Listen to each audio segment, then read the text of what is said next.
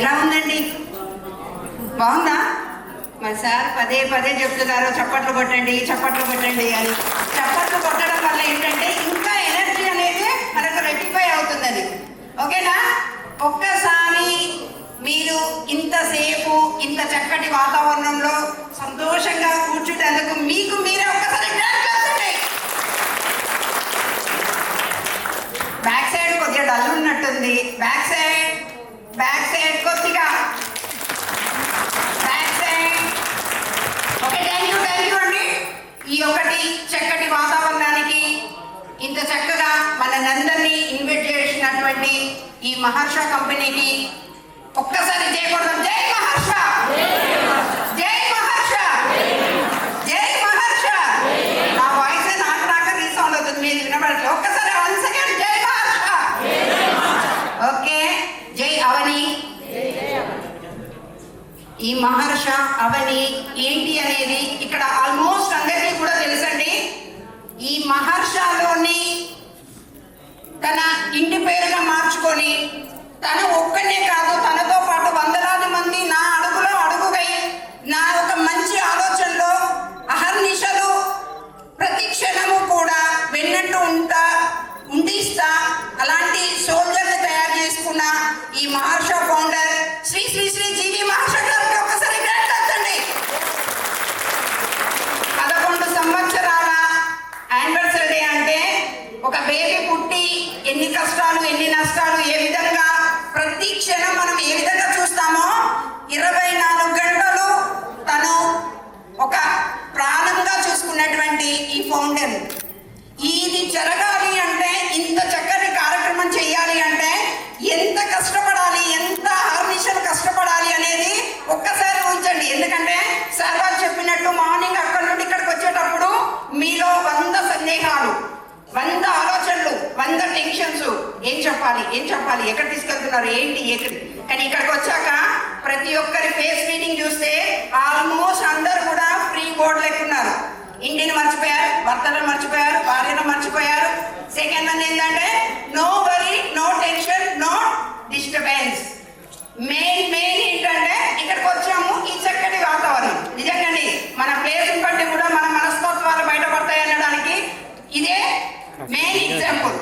అలాగే ఈ యొక్క వైష్ణవి అలియాస్ మంజు అనే దాన్ని ఈ మహర్షకి పరిచయం చేసినటువంటి నా లైఫ్ గార్డ్ ఆర్ మీ లైఫ్ గార్డ్ అయినటువంటి చిన్న సార్ ఒకసారి క్లాప్ చేస్తుంది.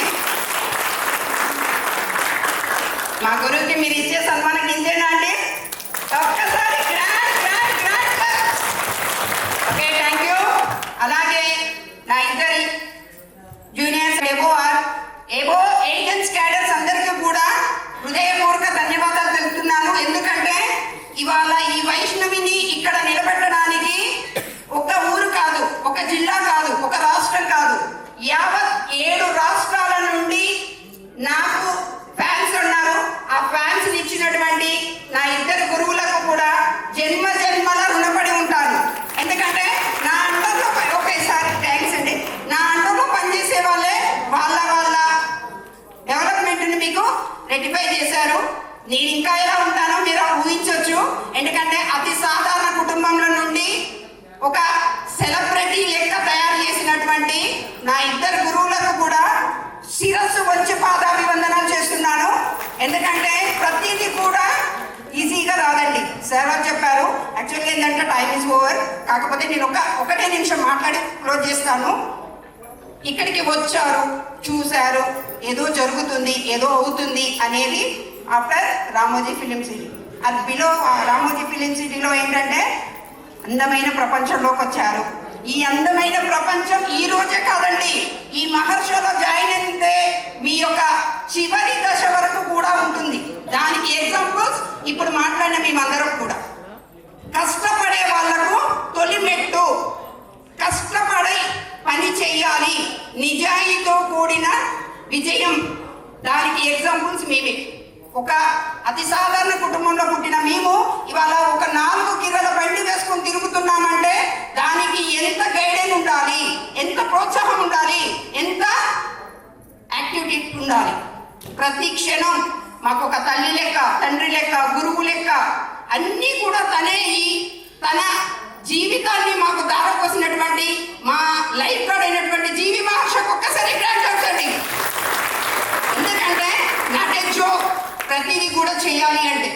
ప్రతిదీ కూడా ఎక్స్పెక్ట్ చేయాలంటే ఏది చెయ్యాలన్నా కూడా ప్రీ ప్లాన్గా ఆలోచన శక్తితో ముందు తరాలకు ఉపయోగపడే విధంగా ఈరోజు మనం బ్రతకడం కాదు, మనమే ఉండడం కాదు, వచ్చే తరానికి కానీ ఇంకా 10 తరాలకు కూడా ఈ మహర్షి అనేది ఒక విజయకేతంగా ఉండాలనేదే తన నినాదం. అలాంటి వ్యక్తికి ఈ 11 సంవత్సరాలు కాదండి, మా జీవితాంతం కూడా దారపోస్తాము.